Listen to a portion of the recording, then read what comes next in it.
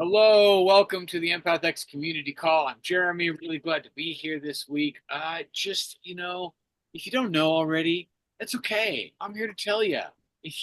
We are a community without conditions, okay? We invite you to bring what's uniquely yours. You can go to empathx.org if you feel so led. If the spirit moves on you, go get over there, tickety tag, and you'll find that there's a list of recordings of old experiences we've had. You can even find a schedule on there. You can join the Facebook group. You can make a contribution if you feel so led to this wonderful experience. Each week we have a little 10-minute talking piece, and then we hang out and get to know each other. And we're getting better every week. So this week, our facilitator is Mr. G. Brian Kurtz. G. Brian Kurtz, glad to have you here, buddy.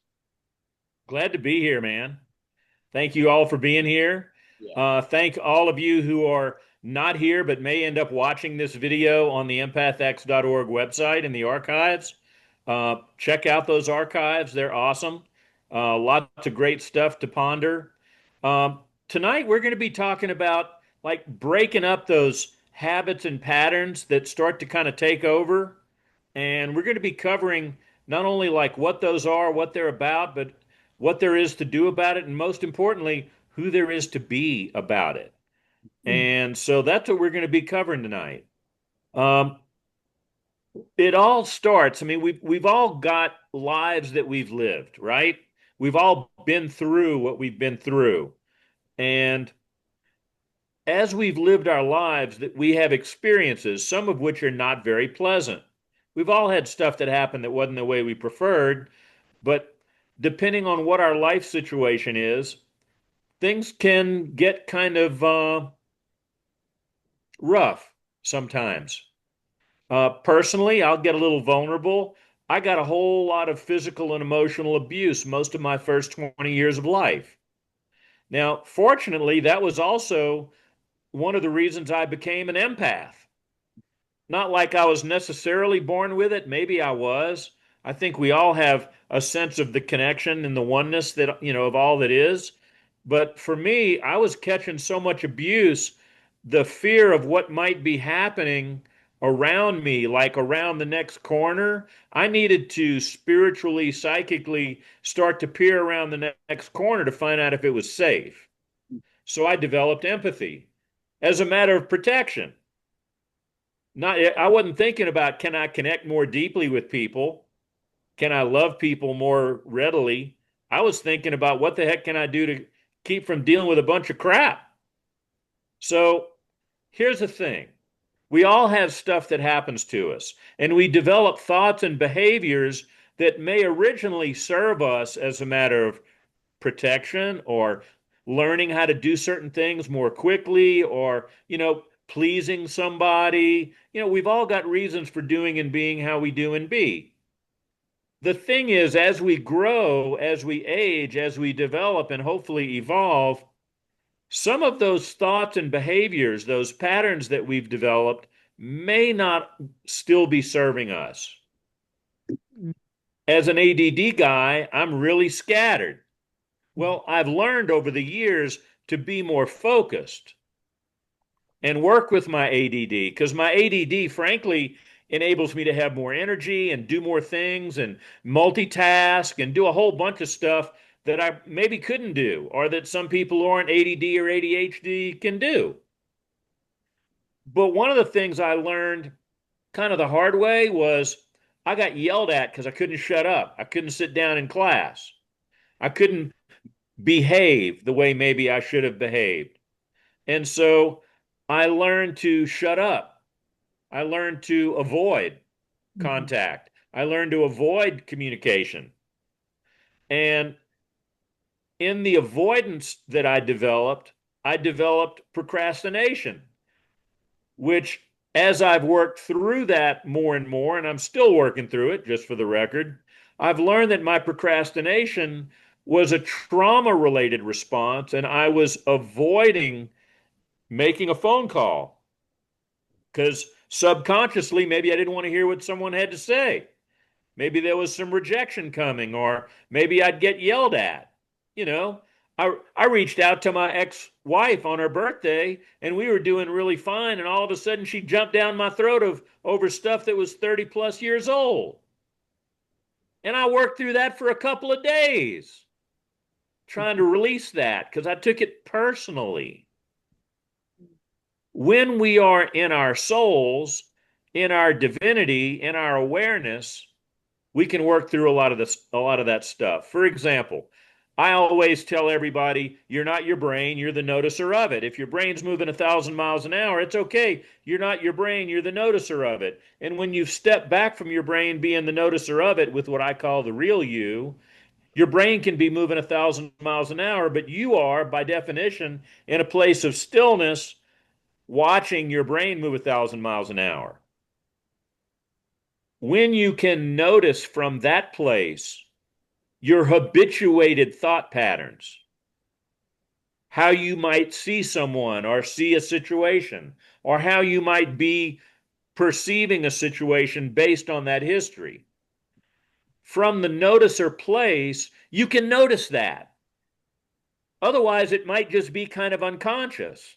But if you're more readily, more consciously noticing the thoughts your brain is generating, your bodily sensations, and your life circumstances, you are, when you habituate the noticer behavior, going to notice a whole lot of your habituated thoughts and feelings and behaviors so that you can then work on them.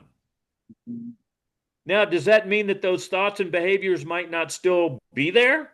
Yeah, they'll still be there and they may still occasionally creep in. But in the place of the awareness, not awareness that you have, but in the awareness that you are, you can step back from the brain generated thoughts and the behaviors that maybe at one point served you but no longer do. Like, start asking yourself, and this is actually homework for the rest of your life. I have this course I call Connect and Radiate. And in my Connect and Radiate course, one of the things I ask people to consider is when XYZ thing happens, I feel, or when XYZ thing happens, I think, or when I see XYZ, I feel, or when I see XYZ, I think. Now, why would that serve? Well, it serves because in answering the question, you stop and you be with it, and you can notice this is what I do, this is how I am, this is who I've been being. And it's amazing the insights that start to happen. Now, I don't want to get religious, but I will get spiritual because it's part of who I am and how I'm made up. I believe we are all divine emanations of spirit.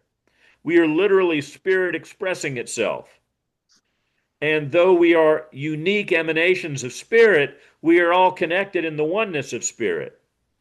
And if that sounds a little too abstract, give me a call sometime. We'll talk about it. The point is, when I'm being the noticer, I'm placing myself in stillness. And the way I access stillness is by noticing what's not still.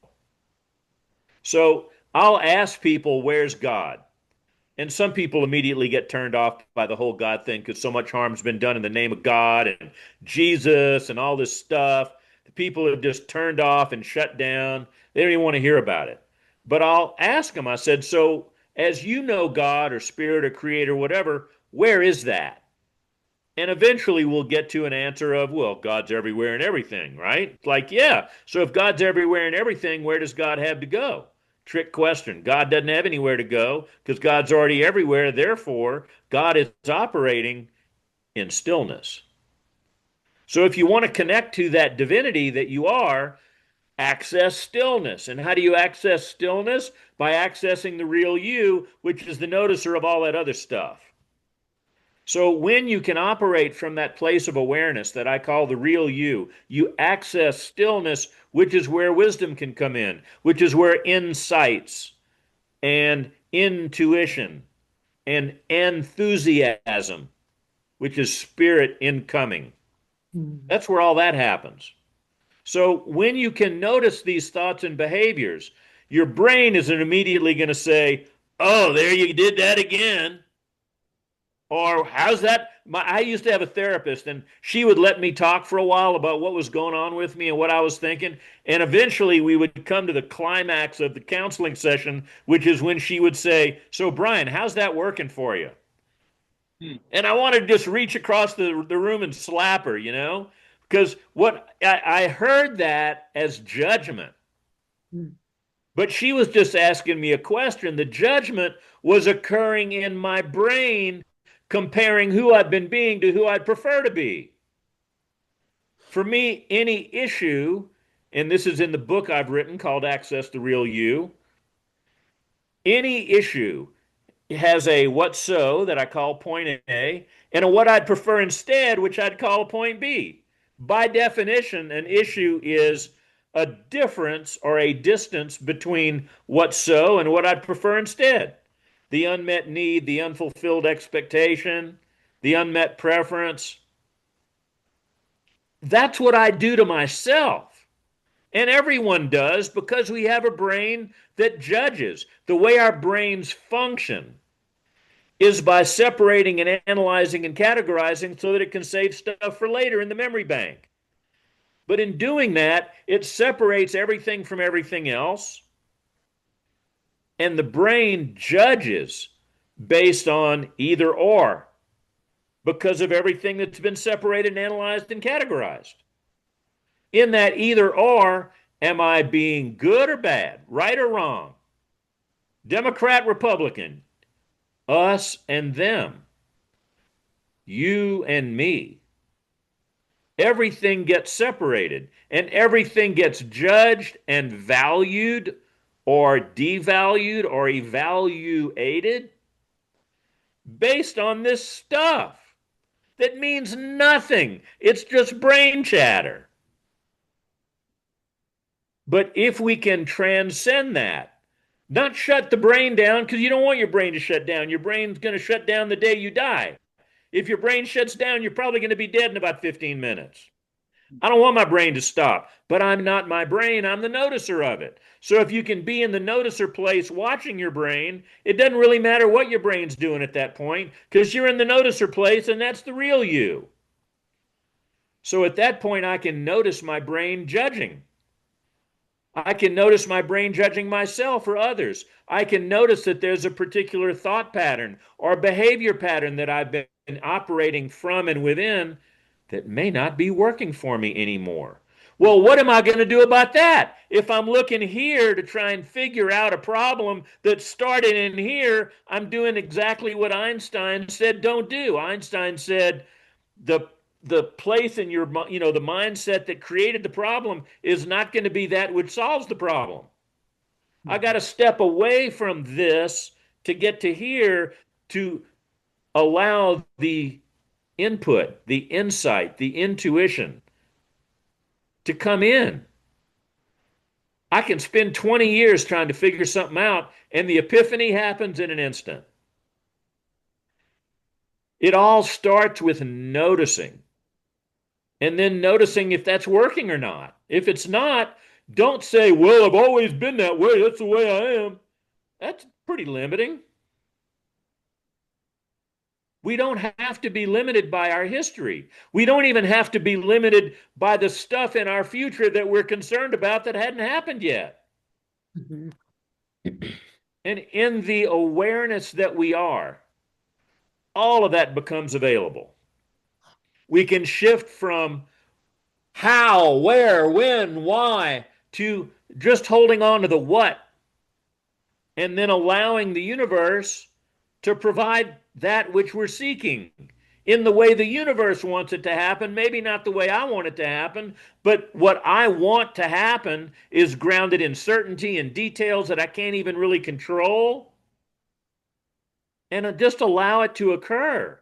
That doesn't mean I'm passive, but it means I'm active in action, following a path that I'm choosing and noticing how it's going and what's working and what's not.